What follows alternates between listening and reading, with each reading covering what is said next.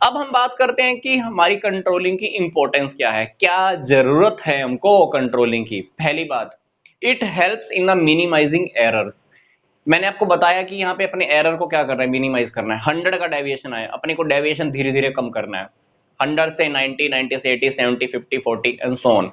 तो मिनिमाइज क्या करना है, एरर, गलतियों को कम से कम करना है। कभी कभी क्या होता है, किसी एक एम्प्लॉय की वजह से फर्म में नुकसान होता है, ज्यादा फर्क नहीं पड़ता है, पर अगर वही मिस्टेक, वही गलती सारे एम्प्लॉयज करने लग जाएं तो पूरी फर्म को बहुत बड़ा खामियाजा, बहुत बड़ा नुकसान उठाना पड़ सकता है।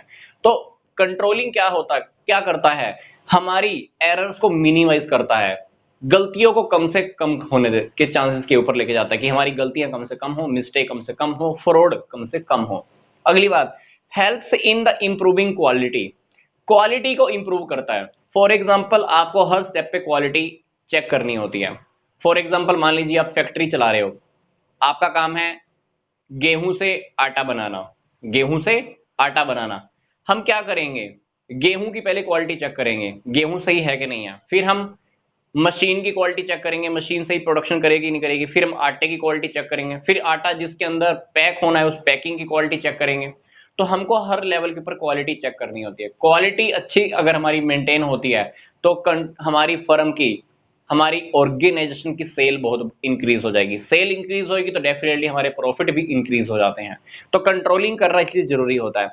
And controlling helps in the improving employees performance. हमको एम्प्लॉइज की परफॉर्मेंस को भी बार बार चेक करना होता है। कभी कभी एम्प्लॉइज कंपनी के अंदर आए काम ही नहीं करते हैं, हमको उनके ऊपर लगातार निगरानी करनी होती है। हमने जो उनको टारगेट दिया था काम करने के लिए, उस टारगेट के साथ अपने को कंपैरिजन करना होता है कि उस टारगेट के अकॉर्डिंग वो लोग काम कर रहे हैं कि नहीं कर रहे हैं। अगर हम लगातार नजर बना के रखते हैं तो उनकी परफॉर्मेंस के अंदर इंक्रीज होता है, उनकी क्वालिटी इंक्रीज होती है, इनकी एफिशिएंसी भी इंक्रीज होती है।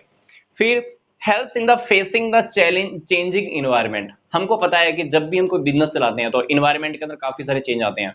पॉलिटिकल चेंज, इकोनॉमिकल चेंज, कभी फैशन में चेंज आ गया, कभी ये चेंज, कभी वो चेंज।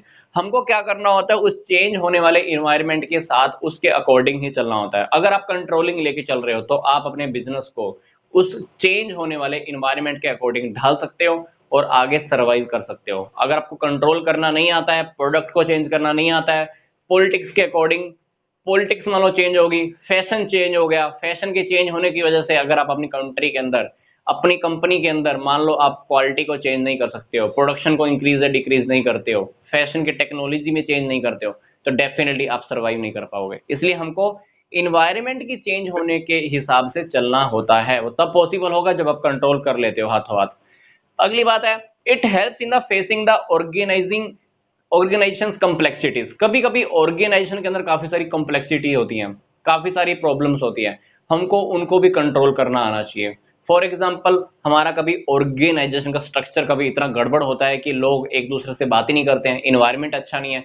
तो अगर हम कंट्रोल करना चाहते हैं, जानते हैं कंट्रोल करना, अगर हम जानते हैं तो हम उस कॉम्प्लेक्सिटी से भी बाहर निकल सकते हैं। It helps in the financial matters. Financial matter के अंदर क्या है, बजटरी कंट्रोल। बजटरी कंट्रोल क्या होता है, हम कुछ बजट्स बनाते हैं और उसके अकॉर्डिंग हम कंट्रोल करते हैं। मनी को कंट्रोल करते हैं, बजट्स को कंट्रोल करते हैं, अपने खर्चों को कंट्रोल करते हैं, आने वाली इनकम को कंट्रोल करते हैं। हम ये देखते हैं कि हमको कंट्रोल करके उसको आगे कैसे लेके जाना है, कंपैरिजन करते हैं, बजटरी कंट्रोल बनाते हैं, है ना। फाइनेंशियली हमारी प्रॉब्लम सोल्व होनी स्टार्ट होती है। इसी तरह से financial statement analysis. Financial statement analysis का एक चैप्टर हमारा 12th क्लास के अकाउंट्स के अंदर भी है, जिसके अंदर हम रेशो एनालिसिस स्टार्ट करते हैं। काफी सारे रेशो हमको स्टडी करने होते हैं। रेशो के अकॉर्डिंग या कुछ और कंपैरिजन भी स्टडीज होती हैं, कंपैरेटिव स्टडी, उसके अकॉर्डिंग भी हम देखते हैं कि हमारे बिजनेस में फाइनेंशियल पोजीशन के अंदर गड़बड़ तो नहीं आ रहा, हमारी पॉवर्टी ज्यादा तो नहीं है, हमने लोगों को ज्यादा पैसा तो नहीं देना, कहीं पता चले कि बाहर लोगों को पैसा ज्यादा देना है और लेना हमने लोगों से कम है। तो इसलिए हमने काफी फाइनेंशियल स्टेटमेंट की एनालिसिस की भी स्टेटमेंट्स रेडी करनी होती है। इसके अकॉर्डिंग हमको अपने बिजनेस की फाइनेंशियल पोजीशन का पता चल जाता है कि हम लोगों को पैसा देने की हालत में है या नहीं है, बैंक का पैसा वापस दे पाएंगे नहीं दे पाएंगे, हमारी बिजनेस के अंदर शेयर कैपिटल कितनी है, डिवेंचर्स कितने हैं, एटसेट्रा एटसेट्रा। ये सारी चीजों का पता लग पाता है, रेशोज का पता लग पाता है, एसेट्स के कंपैरिजन में लायबिलिटीज कितनी है ना। तो ये सारी बातें हमको पता लग जाती हैं। अगला है, helps in monitoring sales. Sales के ऊपर भी हमारी निगरानी हो जाती है। कंट्रोलिंग अगर हम कर रहे हैं तो सेल को हम अच्छे से कंट्रोल कर लेते हैं, क्योंकि सेल के ऊपर कंट्रोल तब होगा जब आप अच्छे से प्रोडक्शन कर रहे हो, क्वालिटी अपनी मेंटेन की हुई है, प्राइस आपने कम से कम रखे हुए हैं, कंपटीशन को आप देख रहे हो, क्योंकि कॉम्पिटिटिव मार्केट के अंदर मान लो आपको पता है कि आजकल सारा कंपटीशन चल रहा है, कंपटीशन के हिसाब से मान लो कोई नई कंपनी आ गई, तो उसके अकॉर्डिंग अगर आप नया प्रोडक्ट लॉन्च कर देते हो या उसके अकॉर्डिंग अपने रेट सेट कर लेते हो, आप सर्वाइव कर पाओगे। इसलिए सेल को कंट्रोल करने के लिए भी कंट्रोलिंग बहुत जरूरी है। अचीविंग ऑब्जेक्टिव्स, ऑब्जेक्टिव्स को अचीव करने के लिए हमारा 8th पॉइंट, किसी भी ऑर्गेनाइजेशन का ऑब्जेक्टिव, उद्देश्य कुछ भी हो सकता है, प्रॉफिट इंक्रीज करना, प्रोडक्शन इंक्रीज करना, ये सेल इंक्रीज करना। तो पहले आपको पता होना चाहिए कि हमारा ऑब्जेक्टिव क्या है, प्रॉफिट इंक्रीज करना है, सेल इंक्रीज करना है, प्रोडक्शन इंक्रीज करना है। तो उसके अकॉर्डिंग भी आप अपने टारगेट को सेट करके देख सकते हो कि हमने जो टारगेट सेट किया था और अब जो एक्चुअल रिजल्ट आ रहा है, दोनों को कंपैरिजन कराइए, डेविएशन चेक कीजिए, डेविएशन प्लस है माइनस है उसके कारणों का पता लगाइए, उसके ऊपर आप करेक्टिव स्टेप्स लीजिए। करेक्टिव स्टेप्स ले लेंगे तो आपका कंट्रोलिंग पूरा हो जाएगा। तो डेफिनेटली आप सेल्स भी कंट्रोल कर सकते हो और अपनी ऑर्गेनाइजेशन के ऑब्जेक्टिव्स, उद्देश्य भी पूरे कर सकते हो।